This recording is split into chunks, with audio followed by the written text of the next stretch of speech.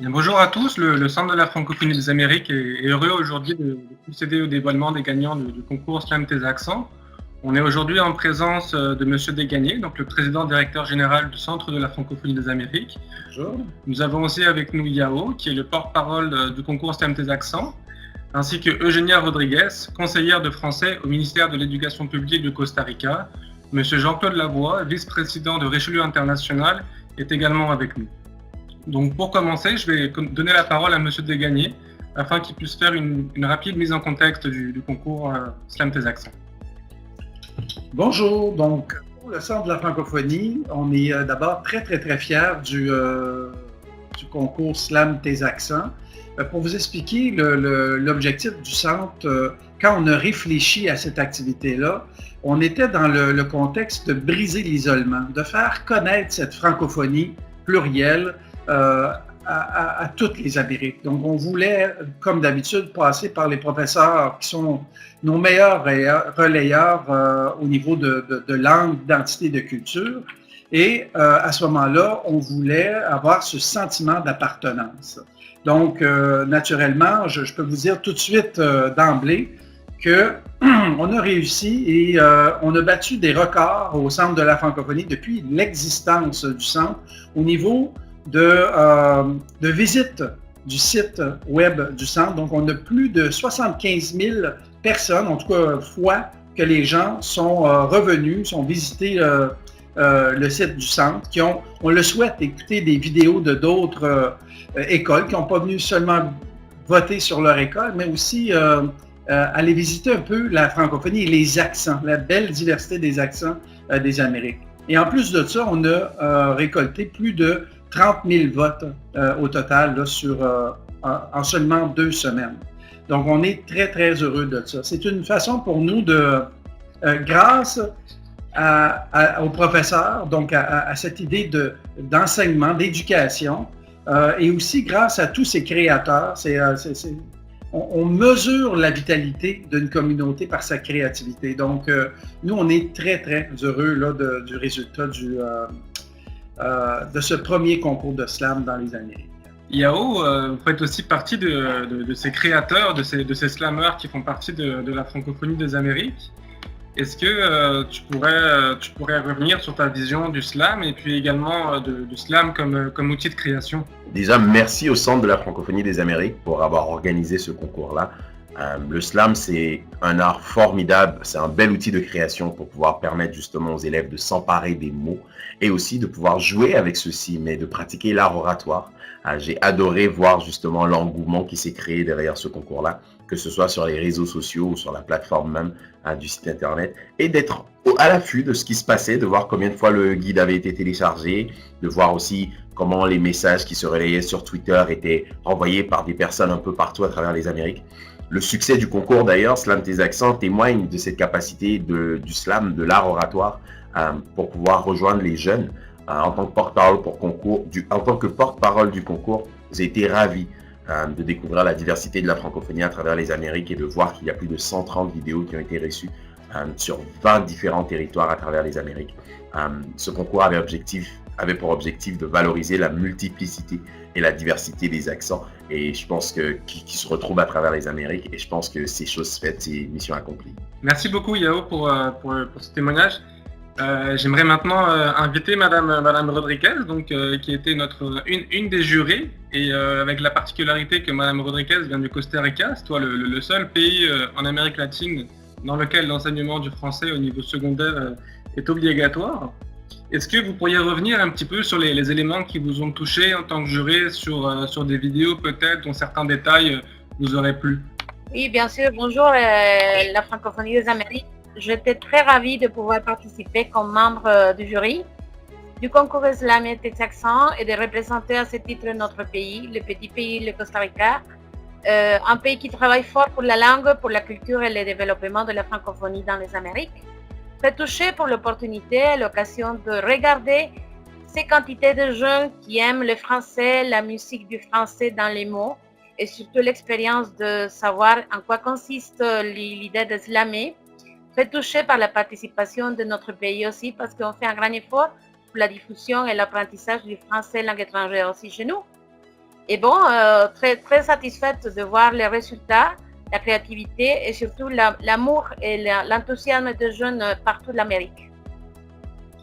Bien sûr, l'examen des formulaires pédagogiques, les vidéos, les dernières, ceci par exemple l'investissement de milliers d'élèves, démontre aujourd'hui que les Français vivent le dynamisme de la francophonie des Amériques. Ça correspond aussi au Costa Rica. Et bon, aussi, j'ai lu les formulaires que le guide pédagogique a permis aux enseignants d'intégrer l'islam dans leurs activités scolaires. La découverte des islameurs francophones des Amériques et le Costa Rica a beaucoup appris aussi à islamer.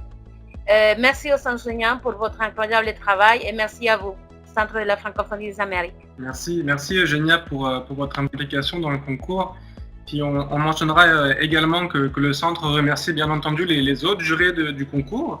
Donc Sébastien Belzile, qui est un slammer de la Nouvelle-Écosse, Suzanne Campagne, qui est directrice générale du Conseil culturel fransaskois en Saskatchewan, ainsi que Ivy, auteur, compositeur, interprète et slammer québécois. Et enfin, Marc-Albert Paquette, qui est le représentant de la Commission Amérique du Nord et conseiller pédagogique en français langue seconde au collège Lester B. Pearson au Québec. Donc on va maintenant procéder au dévoilement. Et je vais laisser pour cela la parole à Monsieur Lavoie, donc, qui est le vice-président du Richelieu International. Donc on espère que le Richelieu, qui était partenaire principal du concours, est aussi satisfait que nous que cette superbe mobilisation. Je vais vous laisser la parole. Alors, au nom du Richelieu International, je souhaite remercier le Centre de la francophonie des Amériques pour ce concours ainsi que pour ce nouveau très beau partenariat. Écoutez, le Richelieu, pourquoi il est là? Bien, écoutez, je vais le donner en bref, parce que de toute façon, Félix Sattler, il disait « N'ouvre la bouche que pour dire des choses plus importantes que le silence ». Alors, ce qui est plus important que le silence actuellement, c'est que le Richelieu International s'est associé à ce concours pour une raison. Nous sommes le seul club au monde, club social francophone qui fait la promotion de la francophonie. Ça veut dire que nos réunions se déroulent, que ce soit aux États-Unis, en Ontario, ou au Nouveau-Brunswick, ou au Québec, ou partout ailleurs dans le monde. Nos réunions se déroulent en français, parce que notre principale mission, c'est de faire la promotion de la francophonie, et notre deuxième mission, c'est d'aider les jeunes. Alors, vous comprendrez que dans un concours comme celui-là, où on aide les jeunes de 12 à 15, 17 ans à prendre leur place et avec ce système de slam, comme on dit, au niveau des slam des accents, qui est le thème. Alors, il me fait vraiment plaisir de vous présenter la classe gagnante au niveau du bronze. Alors, dans la catégorie 12-14 ans, c'est la classe de Mme Sandra Salazar, de l'Alliance française de Chiclayo au Pérou, qui remporte le 3e prix.